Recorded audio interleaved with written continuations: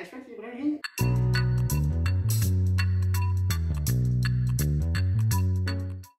Je vous conseille un super roman hyper sauvage qui évidemment s'appelle Chouette, le bien nommé. En fait, c'est l'histoire d'un petit garçon qui, enfin pas si petit d'ailleurs, qui est dans le bus et qui un jour voit un jeune homme traverser un grand champ en friche pieds nus et il se dit mais waouh, c'est un symbole de liberté qui l'attire et en même temps il comprend que dans ce terrain vague va se construire un complexe de crêpes, crêpes un peu façon fast-food, McDo et compagnie. Mais surtout sur ce terrain, il y a en fait des petites chouettes des terriers qui vivent là, c'est leur habitat naturel. Et ces pauvres petites chouettes sont évidemment très menacées par le chantier qui va bientôt démarrer.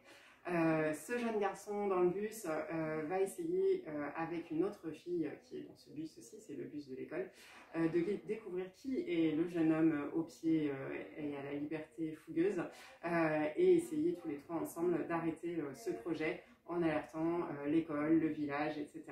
Donc c'est vraiment une très belle histoire avec un contexte écologique important et en même temps le petit côté polar, suspense qui plaît toujours à cet âge-là et au plus grand aussi. Je vous le conseille pour tous les âges à partir de 9-10 ans.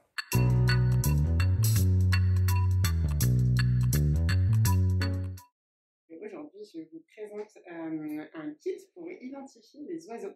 Parce que le sauvage, il peut venir à votre fenêtre, il peut être dans la forêt, il peut être en bord de mer.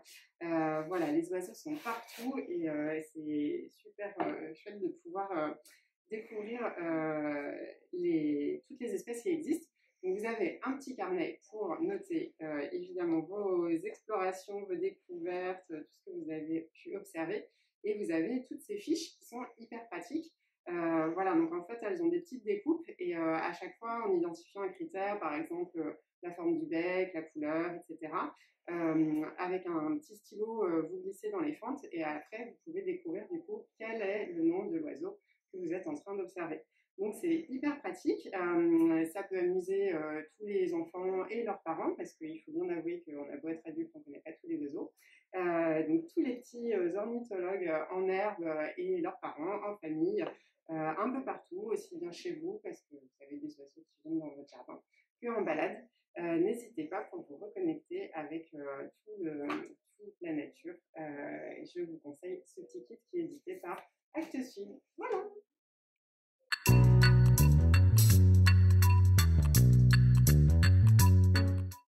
Je vous parle de Loup d'or, qui est écrit par Raphaël Frière et illustré par Julien Martinière, qui est sorti chez Sarbacane, et qui est un magnifique album tout en or, on va dire, tout en dorure.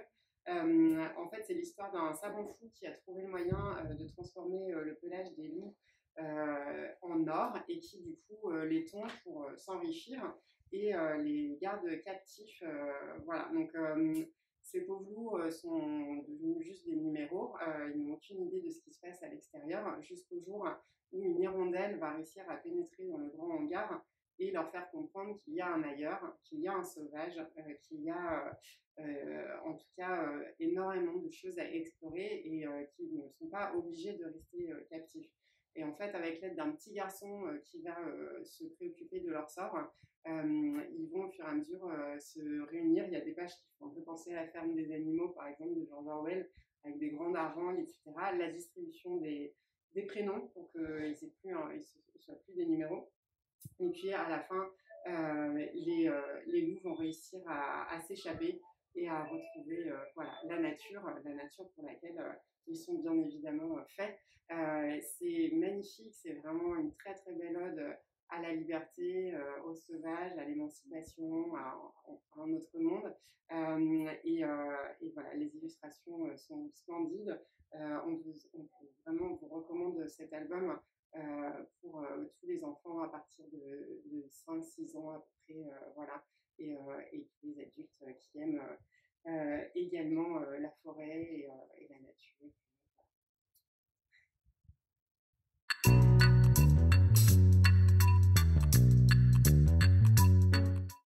Je vais vous parler parler d'un autre coup de cœur sauvage. Je compte jour après jour de Peggy Neal, qui est sorti chez Actes Sud Junior. C'est un album qui est à la fois raconte une petite histoire et à la fois un vrai livre-jeu avec des illustrations pleine page où on doit chercher le nombre de coccinelles, par exemple, le nombre de fourmis, etc. Ensuite, on avance au fur et à mesure, on peut chercher les pissenlits, les escargots, on peut chercher les scarabées, les coquelicots, les cigales. Enfin voilà, on va vraiment prendre plaisir à découvrir toute cette nature foisonnante et exubérante. Il y a énormément de détails, donc aussi bien des petits vont s'amuser à compter les gros animaux et les trouver rapidement. Et puis, au fur et à mesure que les enfants grandissent, ils vont chercher les plus petits détails et compter des choses plus fines et trouver tous les... Alors évidemment, spéciale mention à la page sur les chouettes, hein, qui est juste absolument magnifique. C'est pas que pour ça que je vous le montre. Et à la fin, on a la solution. On peut vous dire qu'on a compté 17 fleurs jaunes, etc. etc. Et vous allez voir qu'on a nous-mêmes raté plein de détails tellement c'est foisonnant. Peggy Neal, elle a fait beaucoup d'albums, mais je dois dire que celui-là, sur le thème de la nature, de la faune et de la flore, comme ça, il est particulièrement réussi. Je vous encourage à le découvrir.